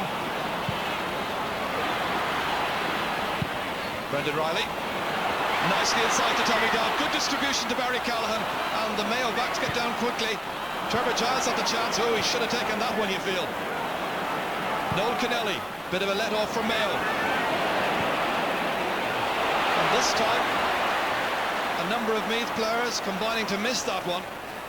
Taken up by Ray Dempsey.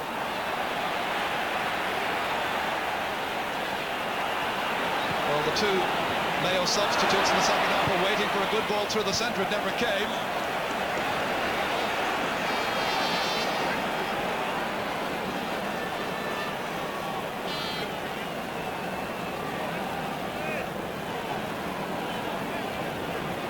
Tension on the field, tension across there as well, with Sean Boylan, Frank Foley and Eamon O'Brien, of course, as well, and John Maughan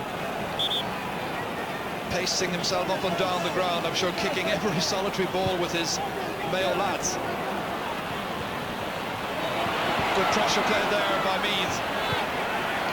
And it's Colin McManaman holding possession, being of assistance to the backs and to the forwards. Good pass to Pat Holmes. Maurice Sheridan calling to it on the right, David Brady on the left, and now Liam McHale. Can they turn this latest chance now into another scoring opportunity?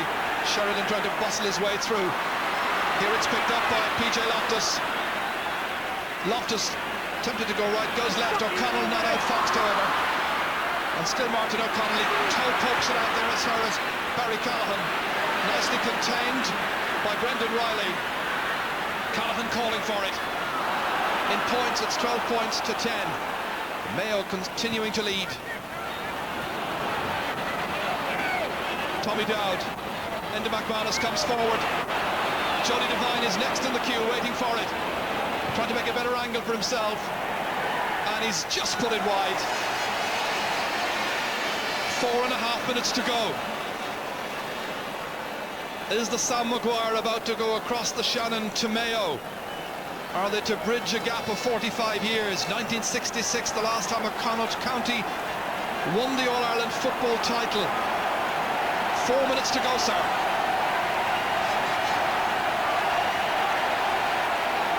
The two managers have been the focus of so much attention in the build-up to this, trying to do their level best. We're into that last 5 minutes we talked about earlier on. It can go either way, most definitely. But when Meath are this close, they're so dangerous. Good ball by Noel Kennelly. He picks out James Horan. Going for a bit of glory here, but that's going away to the left, and an easy one for Conor Martin to take and set up the counter-attack. Colin Brady. Colin Coyle. He's moved into left half forward. Brendan Riley. They wanted just to pop it over the bar. He was taking maximum care with it. That's his third point. The player from St. Peter's in Dunboyne has really put the minimum between them. He wants to know how much is left. 3 minutes. Plus a bit of injury time, perhaps. He gives the message to the other players.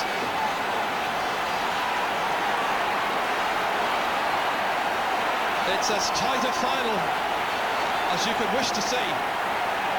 Mayo looked the better team for long stretches of this game, but they could not put Meath out of sight.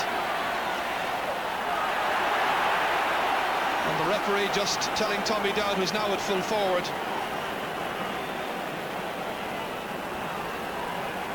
Meath have completely revamped their team. Just looking around right now, I see that Mark O'Reilly has gone to top of the right. Brendan Riley is left corner forward. Tommy Dowd is full forward. It's play anywhere situation. Picking it up here, Graham Geraghty being encouraged to go forward. Pat Holmes against him. We're in for a brilliant finish to this match, it seems, but he's kicked it to the right into Hill 16, into the Meath followers, and that was a great chance.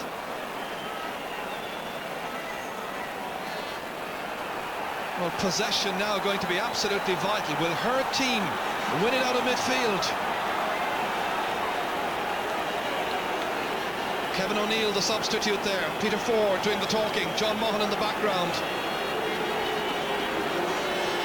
He's been playing really well in training, I know. Former All-Star, will he come in? It's with Enda McManus again. They're looking for the equalising score. Mark O'Reilly knocked over. Referee says play on. It reaches James Horan. It's one of the most tense All-Ireland finals I can recall. Martin O'Connell. Nicely on here for Johnny Devine. Tension or not, here he comes. The angled kick towards Barry Callahan, trying to touch it down. It's Pat Holmes that wins it back for Mayo. Good ball out there to Kevin Cahill. Forward there towards Maurice Sheridan, hanging on for dear life. You've trained all year for this, and it's come down to the last couple of seconds. 35 seconds on my watch remaining, plus stoppage time. Meath trailing by a point. It's Colin Coyle, pumps it in. Graham Geraghty's in after it. They're all in after it, and it's bounced over the bar. They're level for the second time. Colin Coyle will take the credit. There have been 10 drawn All-Ireland finals so far in the history of this game. The last was 1988. 12 points to 1-9. Meath will feel they have been below their best this afternoon, but right now, when it matters most, they're level, and there's not too much left in it. Kevin O'Neill has come in for James Horan. Horan has scored 3 points in the first half, now taken off. Is there a winner? The referee's whistle sounds, and they'll have to do it all again, I think. Yes! It has ended in a draw. Strange silence here in Croke Park. Neither set of fans particularly happy with the outcome, but from a Meath point of view, to have come back like this when they were at one stage 6 points ahead following that goal by Ray Dempsey, they will have felt that surely Mayo were going to take the title. And we posed the question at that stage, were Mayo, when they were 6 points up, aware of the situation that faced them? They were then so close to taking the championship, but it was Meath who came back strongly. Meath had 23 scoring opportunities, they took 12. Mayo had exactly the same tally, 23 opportunities taking 10, and it finishes Meath 12 points, Mayo 1-9. It goes to a replay. That's it, Marty. Like all Ireland finals, they're plenty riddled with mistakes, but an awful lot of great endeavour, a great effort by a lot of people. You must have thought at times, or indeed did you think at times, that the game was gone because you were 5 or 6 points down at one stage? It would seem a little bit like that, but you know, there's a lot of life there yet. You know, the old dog. This brings us back to the 91 saga with Dublin, the fighting spirit of Meath once again displayed. Yes, but let's give credit to Mayo as well. Fantastic game, two great teams in the day. So, thank God we both live to fight another day. Can you imagine the ticket problem in the next couple of weeks? We got 1,000 each from the county board, you know what I mean? Thank you very much, Sean Boylan. Well done. Yes, well, a muted silence at the end of the match when Pat McEnany blew the final whistle. I think we weren't quite expecting it to be blown so soon. But Martin Carney, what an extraordinary result. An extraordinary result, because Mayo seemed home and dry with about 15 minutes to go. Lee McHale was absolutely dominating the airwaves down there, and the team in general was playing superbly. Every one of their backs were getting to the ball first, tackling very well, very disciplined in terms of not giving away frees, and they seemed to be coasting. James Horn possibly missed a couple of points when he hit the post once or twice, and honestly I thought Mayo's forwards perhaps got a little casual. They seemed to have it wrapped up, but great tribute is due to Meath, the way they kept fighting back, and it's a great tribute to their stubbornness, their tenacity, their refusal to wilt, and it has always been a characteristic of their game, and it was never as more manifest as it was today. OK, Martin, we get the views of Martin McHugh right after this commercial break. Over to Marty Morrissey, who's talking to John Madden. Thank you very much, Michael. Indeed, that was good timing, John. John, give me your thoughts just on this draw. It's a remarkable result, really. Well, you can't really tell whether the game is good or not when you're actually playing in it, and I suppose it's only when you actually watch a video you'll realise what sort of a game it was. But I suppose the fact that Meath make a pretty trademark, pretty impressive comeback, it must have been a pretty exciting game. But surely at one stage, John, when you were so far ahead, you must have thought that Sam was going west. I mean, the game is never over. I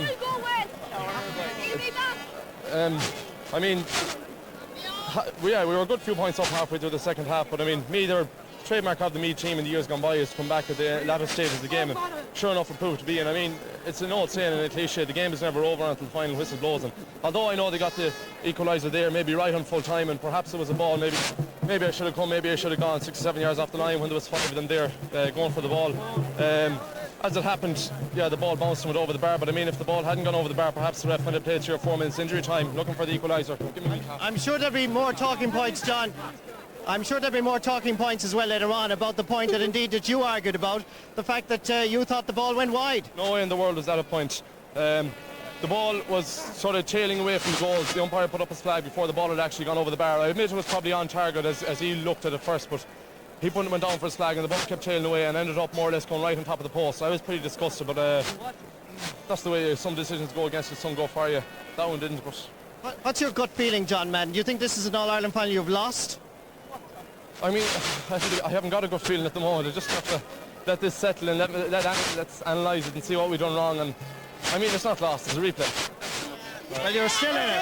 And thank you, John Madden, very much indeed. Thank you, John. Well, John Madden has been under pressure all afternoon here at Croke Park, continues to be for another little while anyway.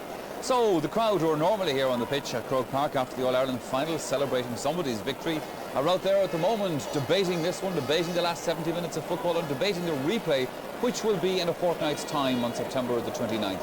Let's go back again to the panel, to Martin Carney and to Martin McHugh. Martin McHugh, let's get your thoughts on what you thought of that final. Well, I thought Meath would definitely be the happier team going into the replay. There's no doubt about that, Michael. The other thing was, I think Mayo conceded advantage to them there for the last 10-15 minutes. Actually, instead of taking the game to them, if you're 4 points ahead, go 5, go 6 ahead, they conceded, they came right back. And John McDermott took over in the middle of the park, and Enda McManus centre by Colin McMenamin was playing very deep, started to pick up the breaks. And Meath changed their game, and rightly so. They stopped kicking long ball in because they have a very good half-forward league. There's days that works, and today was the day to change it. They started giving short ball and running at Mayo, and they caused them more bother. Well, the equalising point from a Meath point of view was one of those scores out of heaven, I suppose, as far as Sean Boylan would be concerned. Let's take a look at it again, because this thing bounced right in the Mayo goalmouth. Yeah. I think we remember we've seen a ball bouncing over the bar here before, the Meath Dublin side as well. That's right. The keeper, you see, finds it hard enough to come out. There's a big bounce in Croke Park, and especially with the pitch dry. Yes. It's a fair bounce. And Colin Coyle was letting a long ball in. He was hoping for Graham Garrett to get on the end of it. I don't know, there was no calls really. That's Mark Riley, I think, was inside. He might have got a touch to it, actually. No. But it bounced very high, and I don't think you can't blame the goalkeeper there. No. Can't blame anybody. There's a long ball. It just bounced on the right ear. And Croke Park on a dry day, they see the sod down there, Michael. There's a great bounce on it. It's a very big bounce, and that may be what happened. You know, if it was a wetter day, the ball probably bounced in the keeper's hands. Okay, let's look at the score, Martin Carney, from a Mayo point of view. This was the goal got by Ray Dempsey. Well taken goal. Superbly taken goal, actually. The ball came in, I think, and it seemed to have been won by the Meath defence. Like, I think Morris Sheridan or James Allen got it, gave a very, very good ball, as you can see, up into the corner. It was lost by Paddy Reynolds. Morris Sheridan managed to get away with the break. Now, Raven Dempsey showed great presence of mind here. He came in, he got in the tackle, kept the ball on the ground, kept his composure, and beautifully side-footed the ball, even though he was off balance past Conor Martin. I think it was a superb goal. And again, Dempsey today, I thought, was the best by far of the full forward line. Did extremely well. Here it comes again from another angle.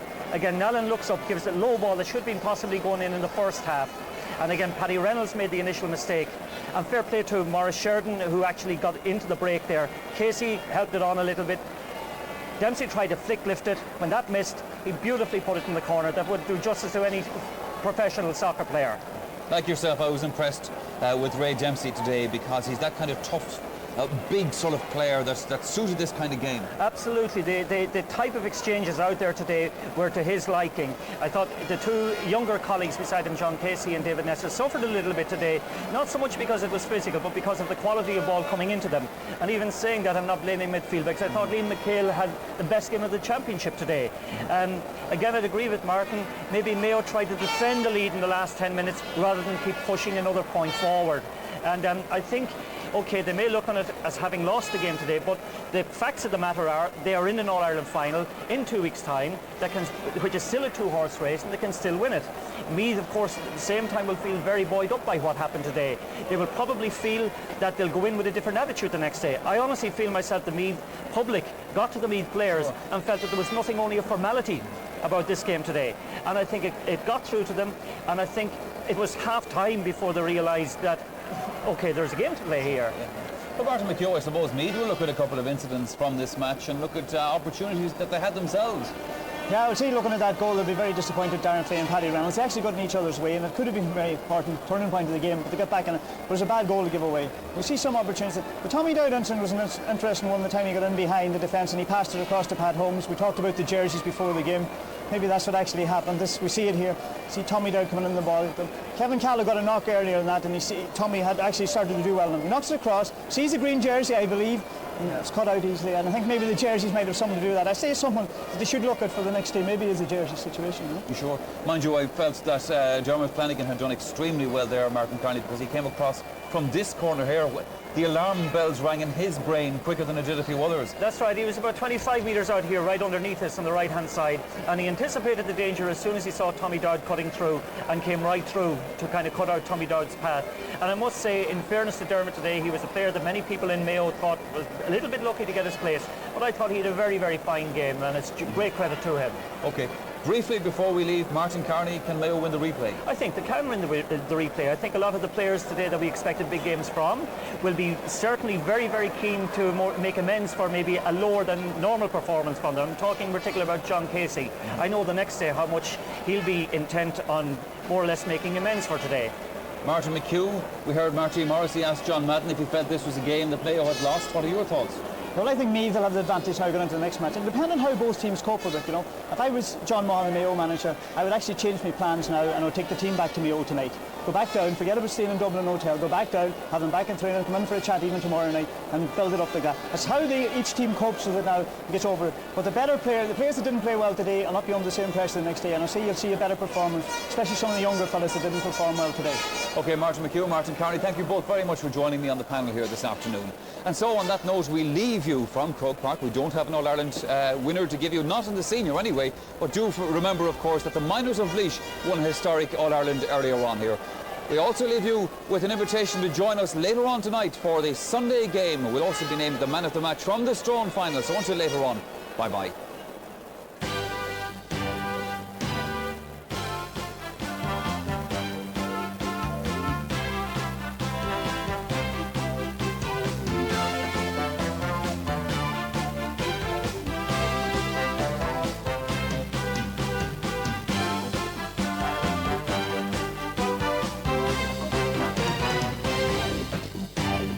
We'll be visiting venues in both counties and the two team hotels.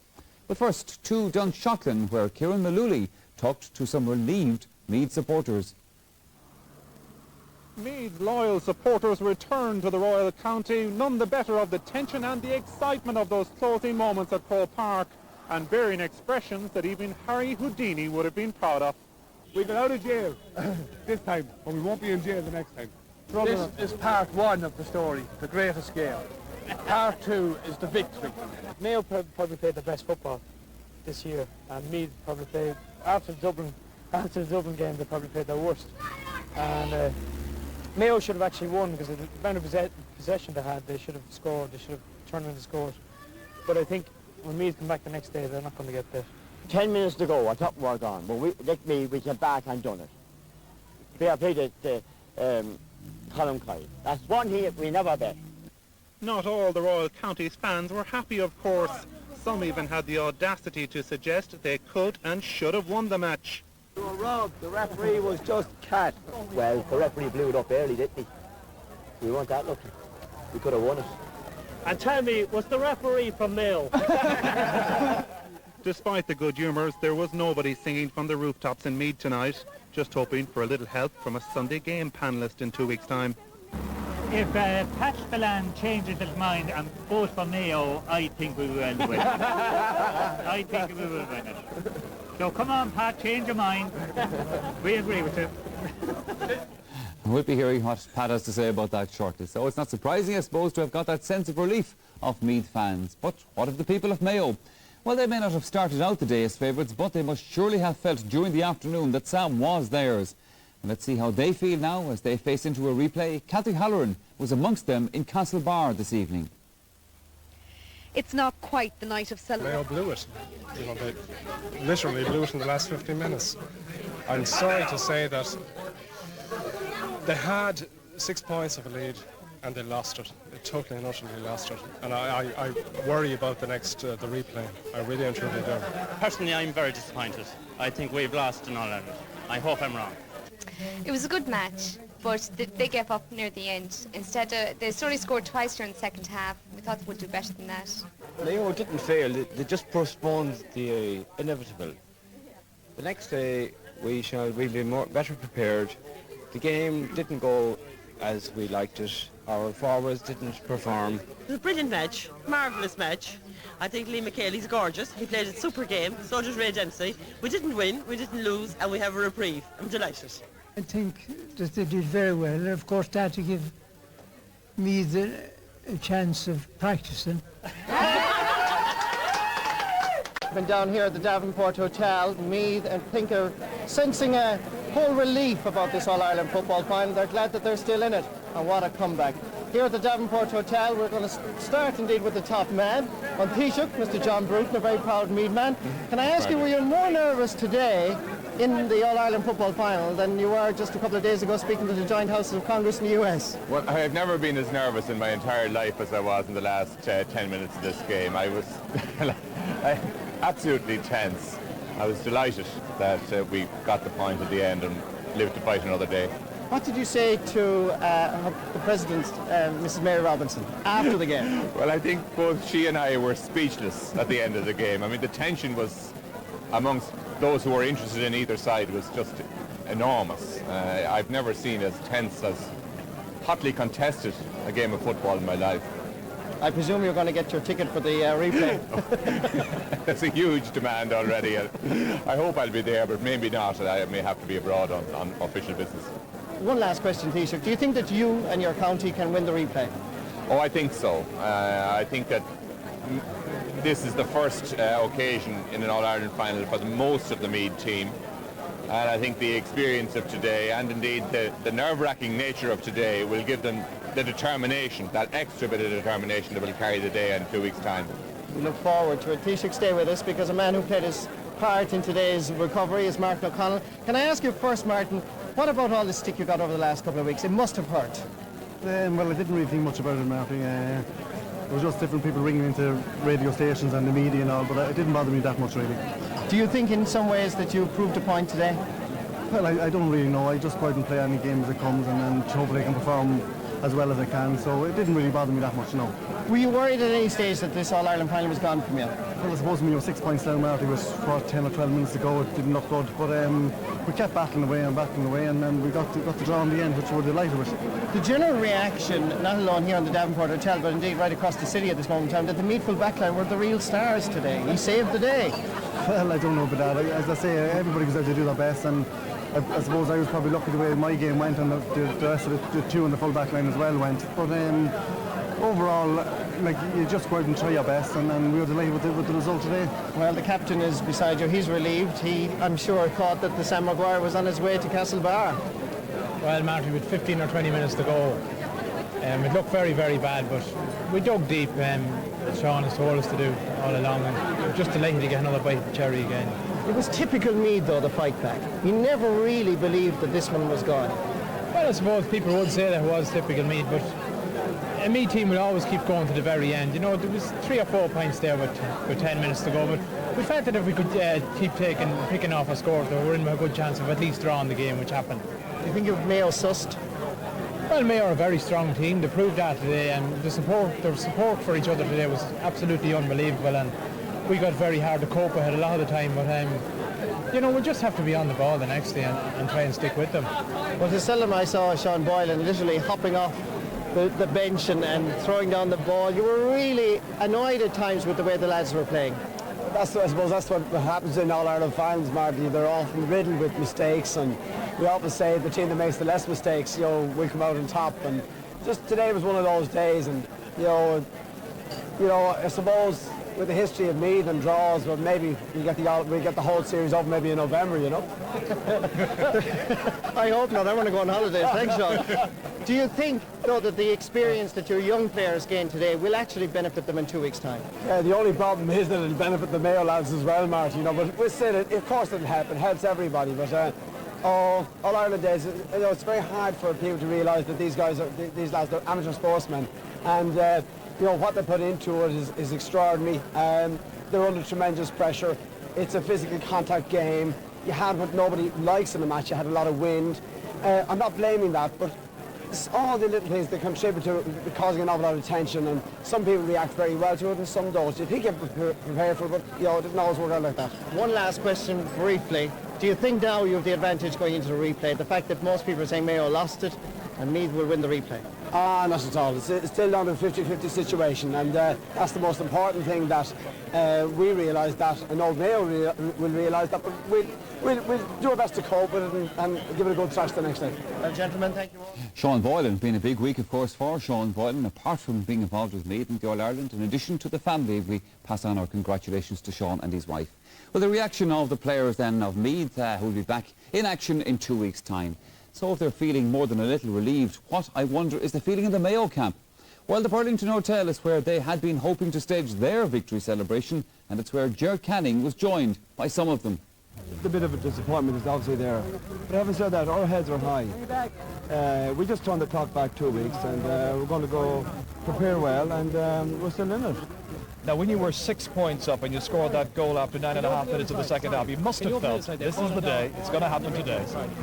Joe, with the greatest respect, I never feel that. Like, I mean, because too often I've seen teams in the past that had 6, 7, 8 points, 9 points. In fact, the Limerick Currers, I think this year, had a 10 point, they were down 10 points and they came back to win. So, like, I mean, it's never over until the fat lady sings. It was kind of a lull after the game, if you like. I mean, I didn't know how to feel. I said to myself with about 4 or 5 minutes to go, here I am, we're 2 or 3 points up. We've been all entitled for the chasing, if you like, and then all of a sudden it was gone. To be honest with you, I was despondent. I was quite disconsolate, if you like, after the game. But after being a half an hour after the game, I said, hey, we've an all-Ireland final at the end of September, and we just have to go and train for it and win it, hopefully, you know. But as you say, there was a lull, if you like. I don't think anybody clapped or cheered even, you know, which was unusual after an all-Ireland final. But 2 weeks' time, we'll be primed, you know. When Meath were eating into your lead, was there a fear of failure coming across at all? I wouldn't say a fear of failure. I mean, I think at midfield they sort of got onto every break that was available, and their half back line cleaned up in that respect. But there was no fear of losing. I thought at one stage maybe if we got just 1 or 2 of those breaks in the middle of the field, we would have got on and got the extra score that we needed to win the game. But things didn't work our way, and we didn't get those boost scores that we needed, and turns out we have to come back in 2 weeks' time. But 2 weeks' time is another day, it's another battle. It's only 70 minutes, so what can I say? You don't feel it's gone from you? No, I don't feel it's gone. I mean, Meath will obviously think they got out of jail today, but I wouldn't say that myself, the lads, or John Mahon think it's gone from us at this stage. I mean, it's 2 weeks to go, still 70 minutes, and 2 teams involved. Who can say that it's out of our grasp? Okay then, just briefly some more telephone reaction and a point brought up there. Pat Spillane, John Kelly, County Dublin. The whistle blew far too early in today's match, and that's the view of an awful lot of our callers, including Brian Caffrey from County Galway. John Harper in County Tyrone thought that the referee played a disgraceful amount of injury time. I presume he means disgracefully short.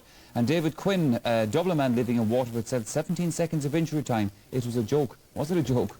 Well, I suppose they can win really. Last year, if you can remember, poor old Paddy Russell was lambasted for not allowing Sean McLaughlin's equalising point, and everyone would have been quite happy with the replay. And likewise here, I don't think there's no rule to state that there has to be extra time played. It's at the discretion of the referee, so it was his decision. I think there was more injury time, but I don't think anyone will quibble with a replay. Certainly, probably Mayo were glad to get out of jail in the end because they were on the rack.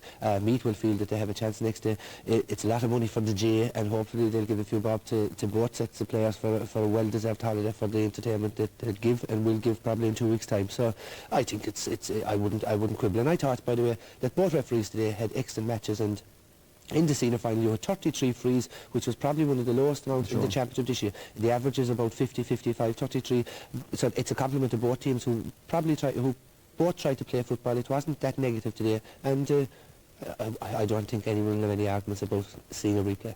Tony Davis, you were in this situation in 1988 against Meath, a drawn match, and you lost the replay. What can Mayo do differently? Well, I suppose very similar circumstances today. I think we dominated the first game and we just didn't get our scores, and they drew with the last kick of the game with Brian Stafford with a free kick. Now the most important thing for us really, or the most important thing for Mayo, is the next 2 or 3 nights to get their head together. They're not going to get physically any fitter. They're just going to have to get that mental attitude right. And it will really be a test of John Mahon's managerial skills. He'll have to turn into a bit of a psychologist. I believe he's very good at pressing the right buttons in the Mayo team. Sure. But he'll really have to get their mind right over the next couple of weeks and come back with the same positive attitude that they have. They just did a few little things today with the full forward line. They got bad balls in there. They just have to get that right and come back with the same attitude, and I think they'll do well again the next Okay. Pat Spillane, you're man of the match in this game. Well, the Meath full back line, like pointed out, were outstanding, have been all through the campaign, and it's compliment to Martin O'Connell that he recovered mentally after all the pressure he was under in the last 2 weeks. John McDermott outstanding at midfield. Trevor Giles brilliant, his work rate, his vision, his scoring from both frees and play was outstanding. But tonight I think I'm half trying to redeem myself with these Mayo people, so I feel that they deserve a man of the match award tonight. Kenneth Mortimer had an outstanding game at right full back. McMiniman played a lot of ball, but today the man I give the man of the match to is Liam McHale, because I thought for the first time ever he delivered on the big stage. When Mayo wanted a big one, his fielding, as per usual, was impeccable, and like I said, like Tony pointed out earlier, some of the fielding today was outstanding. But what was even more impressive, as opposed to the rest of the players on both sides, his distribution was outstanding. Another facet of his game today, his work rate was very good. He tackled, he worked hard off the ball, he intercepting another vital ball. And the great thing you see about McHale on the ball, he's always looking for an opponent, and most of the time today, the head was up, another great catch, the vision is up, moving the ball quickly, and this led to a score from PJ Loftus. And again, finally, you have another... so you have a nice score there from PJ Loftus, who was an impressive sub when he came on. And finally, again, another classic example of McHale's fielding. And again, the vision, head up, he's looking for a better placed player, and they are lovely ball off. So he was undoubtedly man of the match. His and a her, and I read in the paper during the week there is a her. That's right, I got engaged there about 4 weeks ago, so this is a beautiful prize. She'd be delighted. It was some occasion this afternoon, but did the occasion get to everybody, do you think? I don't think so. I think we realised that Meath were going to come at us in the last 15 or 20 minutes. I think the unfortunate thing was we lost our shape. The half-back line in particular could come up the field and pinpoint passes. So we have to work on that. We're still alive. We still have a chance. You know, there's only ourselves and Meath that are in it. I think now whoever does their homework the most, whoever prepares the teams the best, will win the game in 2 weeks' time. You had some battle in midfield there with John McDermott this afternoon. It was really some contest. It was enjoyable. John is a very physical player, but I think, you know, the way he plays it brought the best out of me today. And I really mean this. I'm not 100% fit yet. The 2 weeks now is a bonus to me, and I hope to be even stronger now for the next day. And basically, I think if we can learn from our mistakes, we can go one step further. Now, there were quite a lot of passing errors. Both sides were making them. There was a lot of nervousness involved. But what about the quality of the ball into your forwards?